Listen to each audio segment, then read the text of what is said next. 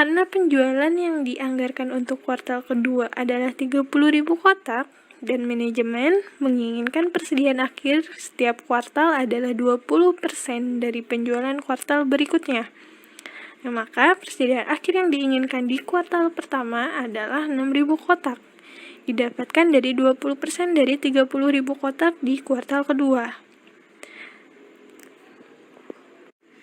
Karena Hampton Freeze ini memiliki persediaan awal barang jadi sebanyak 2.000 kotak di akhir tahun 2011 di kuartal keempat, maka produksi di kuartal pertama hanya sebesar 14.000 kotak. Begitupun di kuartal-kuartal berikutnya. Kuartal kedua ada 30.000 kotak, terus ditambah sama 6.000 kotak dari 20% dikali 40.000 kotak di kuartal ketiga. Dijumlahkan hasilnya 38.000 kotak. Lalu ada persediaan awalnya. Persediaan awal itu didapatkan persediaan akhir yang diinginkan di kuartal pertama sebesar 6.000. Lalu dikurangi, maka produksi di kuartal kedua hanya sebesar 32.000 kotak. Begitupun kuartal 3 dan 4.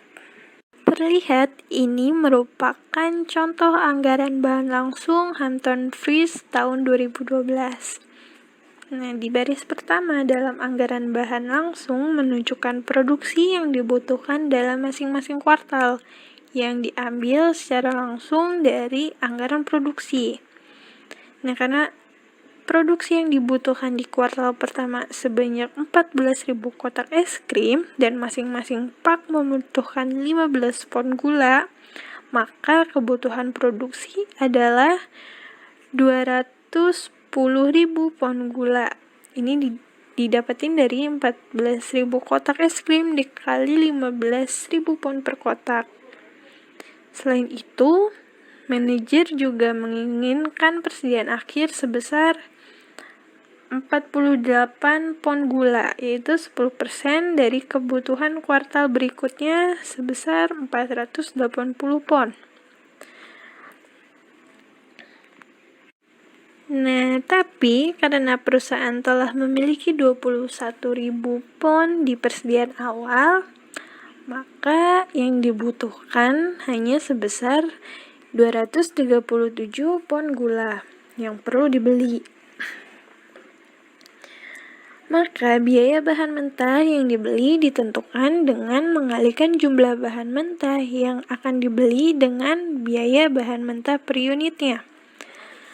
Karena 273 pon gula yang akan dibeli selama kuartal pertama dan harga gulanya itu sebesar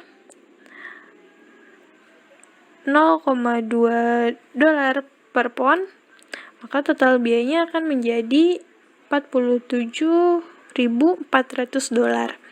Ini dihasilkan dari 237.000 pon dikali $0,2 per ponnya. Kalau tadi kita sudah membahas tentang anggaran produksi dan anggaran bahan baku langsung, itu merupakan anggaran yang disusun oleh perusahaan manufaktur. Tapi gimana kalau misalnya perusahaan dagang?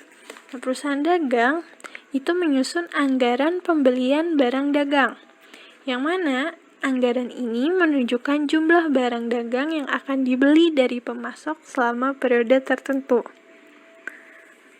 Perusahaan dagang menyusun anggaran pembelian persediaan seperti pada gambar untuk masing-masing jenis barang yang terdapat dalam persediaan.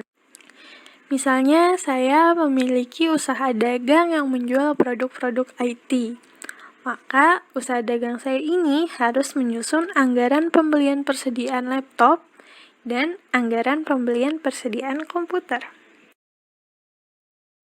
Anggaran tenaga kerja langsung menunjukkan jumlah jam tenaga kerja langsung yang dibutuhkan untuk memenuhi anggaran produksi.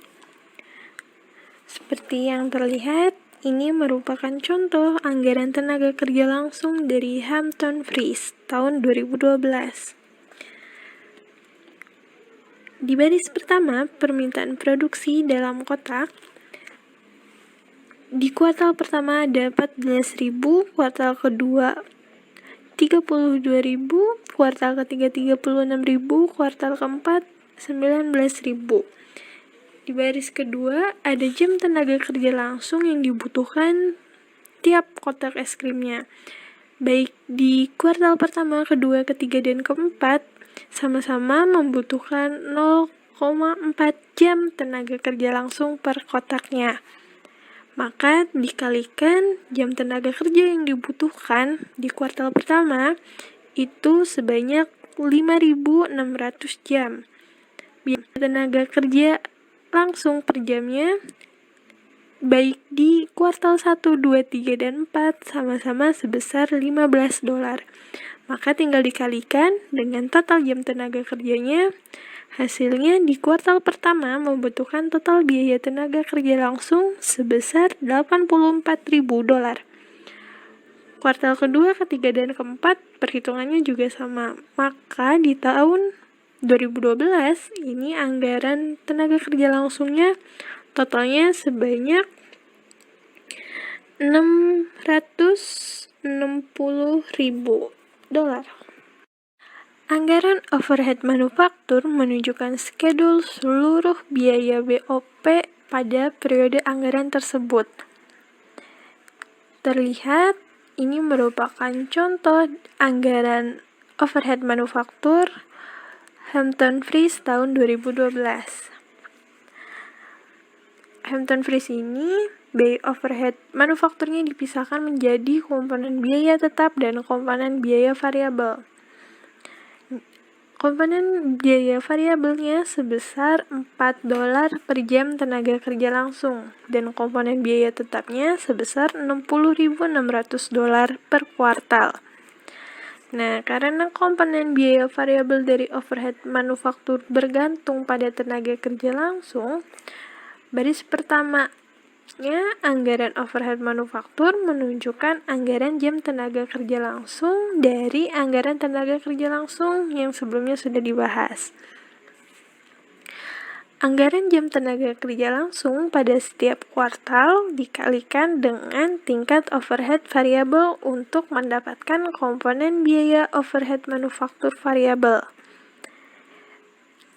Seperti pada gambar, overhead manufaktur variabel untuk kuartal pertama adalah 5.600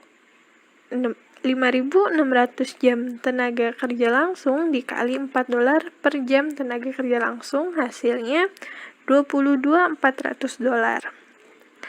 Angka ini ditambahin ke overhead manufaktur tetap untuk kuartal pertama sebesar $60.600. Maka di kuartal pertama total overhead pabriknya sebesar $83. Seperti yang kita tahu bahwa sebagian biaya overhead ini bukan merupakan arus kas keluar, maka total biaya overhead pabrik yang digambarkan seperti yang ditampilkan harus untuk menentukan pengeluaran kas untuk overhead pabrik. Nah, kalau di Hampton Freeze ini satu-satunya biaya overhead pabrik yang bukan kas, non-kas, yang signifikan itu merupakan depresiasi sebesar $15.000 per kuartalnya. Nah, depresiasi non-kas ini dikurangkan dari total overhead pabrik yang dianggarkan untuk menentukan perkiraan pengeluaran kas.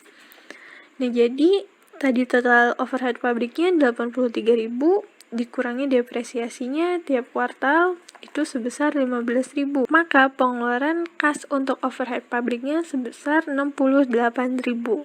Begitupun perhitungan untuk kuartal 2, 3, dan 4. Selanjutnya ada biaya overhead pabrik kapasitas 0,40 jam dengan biaya $15 per jam dengan total $4. Jadi, biaya produksi per unit atau per kotak itu sebanyak $13. Untuk selanjutnya kita akan menghitung persediaan akhir barang jadi. Nah, di sini kita lihat dulu persediaan akhir barang jadi dalam kotak, lihat schedule 2 itu sebanyak 3.000. Nah, untuk biaya produksi per unitnya